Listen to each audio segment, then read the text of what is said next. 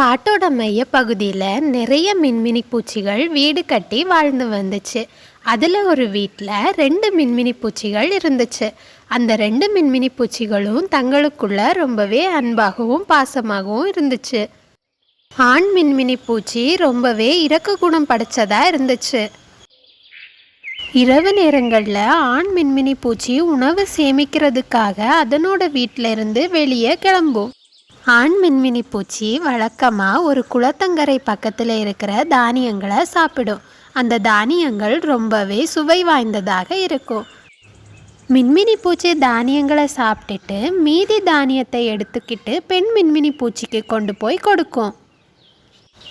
இந்த மாதிரி 2 மின்மினி பூச்சிகளோட நாட்களும் ரொம்ப சந்தோஷமாக கடந்துக்கிட்டு இருந்துச்சு.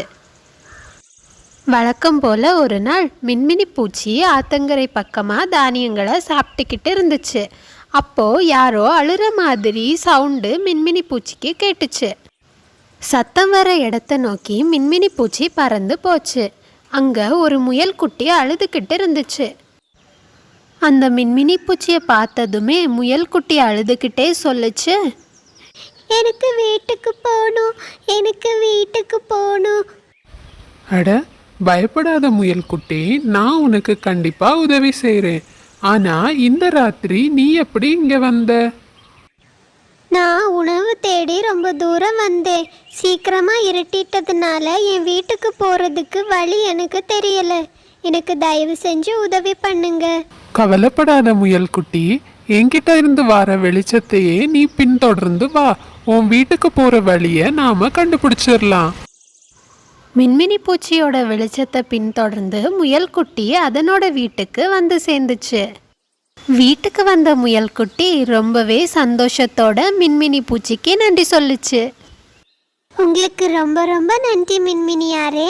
நீங்க மட்டும் இல்லைன்னா கண்டிப்பா இன்னைக்கு ஏதாவது சிங்கத்துக்கு நான் இரையாயிருப்பேன். ரொம்ப நன்றி. நீங்க செய்த உதவியை நான் என்னைக்குமே மறக்க மாட்டேன். நன்றியெல்லாம் வேண்டாம் முயலாரே. உங்களுக்கு உதவ முடிஞ்சதில் எனக்கு ரொம்ப சந்தோஷம்.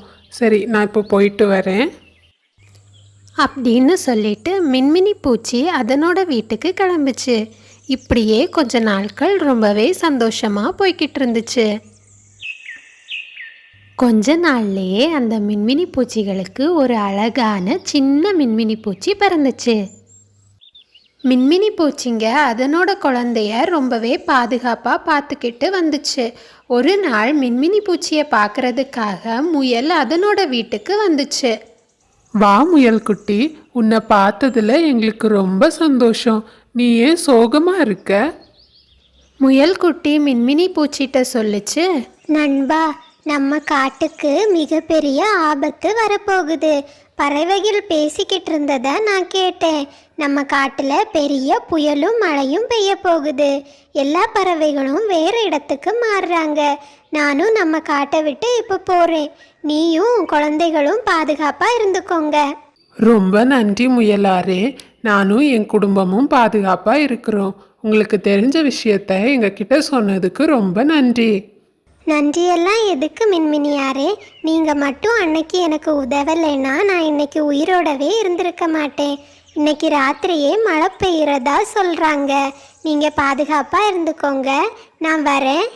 மின்மினி பூச்சிகளை பாதுகாப்பாக இருக்க சொல்லிட்டு முயல் அங்கேருந்து கிளம்பி போயிடுச்சு. இங்க நம்ம எப்படி மலையிலிருந்து நம்மளை பாதுகாத்துக்க போகிறோம்? நம்ம குழந்தையால இப்போ பறக்க முடியாது. நீ சொல்றது சரிதான் மின்மினி. நம்மால குழந்தைய தூக்கிட்டு ரொம்ப தூரம் பறக்கவும் முடியாது. அதனால நம்ம வீட்டு பக்கத்துல இருக்கிற மரத்தோட உச்சியில குழந்தைய தூக்கி வைக்கலாம். அப்போ மழை நின்னப்புறம் நாம நம்ம வீட்டுக்கு வரலாம். முயல் குட்டி சொன்ன மாதிரியே அன்னைக்கு சாயந்தரமே ரொம்ப இடியோட பலத்த மழை பெஞ்சிச்சு. அப்பா மின்மினி பூச்சி அதனோட குழந்தைய தூக்கிக்கிட்டு ஒரு மரத்து மேலே வச்சுச்சு. அதே சமயத்தில் அம்மா மின்மினி பூச்சி ஒரு இலையை எடுத்துக்கிட்டு வந்து குழந்தை நனையாதபடி பாதுகாப்பாக வச்சுச்சு. 3 மின்மினி பூச்சிகளும் மரத்து மேலே இருந்து மழையை பார்த்துக்கிட்டே இருந்துச்சு. ஆனால் மழையின் வேகம் அதிகமாயிட்டே போச்சு. கொஞ்ச நேரத்திலேயே காட்டுல இருந்த ஆற்றுல உடைப்பு ஏற்பட்டு தண்ணி ஃபுல்லா காட்டுக்குள்ள வந்துச்சு. தண்ணீர் கொஞ்சம் கொஞ்சமா மேலே வந்துச்சு. அதை பார்த்ததும் மின்மினி பூச்சிகளுக்கு ரொம்பவே பயம் வந்துச்சு. தண்ணியில் மூழ்கி இறந்துடுவோமோன்னு அதுவ ரொம்பவே பயந்துச்சு. அந்த சமயத்தில் மழை மேகம் அந்த பக்கமாக வந்துச்சு. மின்மினி பூச்சி மழை மேகத்துக்கிட்ட உதவி கேட்டுச்சு. மழை மேகமே, தயவு செய்து என் குடும்பத்தை காப்பாத்துங்க. தண்ணி கொஞ்சம் மேலே வந்தாலும் நாங்கள் தண்ணியில் மூழ்கி இறந்துடுவோம். கவலைப்படாத மின்மினி பூச்சி, நான் நிச்சயம் உனக்கு உதவி செய்கிறேன். என்னோட மேகத்துல மழை முடிகிறது வரை நீ பாதுகாப்பா இருக்கலாம்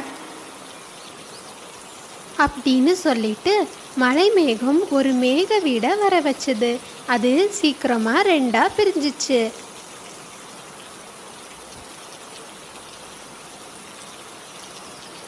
மின்மினி பூச்சியோட குடும்பம் அந்த மேக வீட்டில் ஏறி உட்காந்துக்கிச்சு. அங்கே 3 பேரும் ரொம்ப பாதுகாப்பாக இருந்தாங்க. மின்மினி பூச்சிங்க மேகத்துக்கு நன்றி சொல்லுச்சு. பசங்களா, இந்த கதையிலேருந்து நாம் என்ன கற்றுக்கிட்டோன்னா, விதை விதைப்பவன் விதையை அறுப்பான். அதாவது பிறருக்கு நாம் உதவி செய்தால் கடவுள் நிச்சயமாக யார் வடிவிலாவது நமக்கும் அந்த உதவியை திரும்ப செய்வார்.